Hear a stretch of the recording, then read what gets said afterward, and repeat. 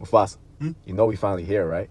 Well, It's Friday then, it's Saturday, Sunday. What? It's Friday, then. It's Friday, Sunday. Mufasa, Mufasa. Yep, no shying away here at C Plus M Residential that we are just a little bit way excited that we are able to get out and about to some level of normality again.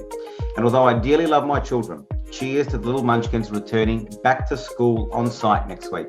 My name is Claudio Cuomo from C Plus M Residential, of course, and welcome to this week's post LD4 Market Pulse. Here we go.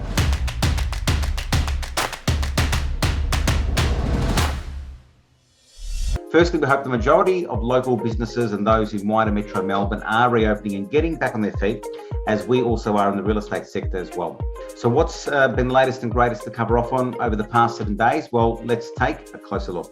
Now, firstly, for those locals currently in the process of buying or selling, the latest easing of restrictions means that inspections can resume via pre-registration viewings only, capped at a maximum of 10 people in a home at once. Open air auctions can resume as well, with a maximum attendance of 50 people or less, of course. Aside from that, should case numbers continue to track down and stay in control, we would hope to see, for the majority of industries that do deal with the public, a further easing of restrictions as the coming weeks go by. So, fingers crossed. According to Westpac's Housing Pulse report, they have reasonably forecast to see Australia's house prices rise a further 15% by the end of 2022. Now, although all of the data is pointing to the majority of these gains continuing to benefit regional and sea and bayside areas, as well as many fast interstate movers, with housing prices actually having accelerated the fastest, believe it or not, in Hobart, Canberra and Darwin, up an average of 11% this calendar year, with Darwin being the strongest market in the country, seeing a whopping 21.1% growth in the last 12-month period. On a positive note, the latest data shows job losses post-JobKeeper ending was recorded at 50,000, well down from the original 100,000 plus forecast.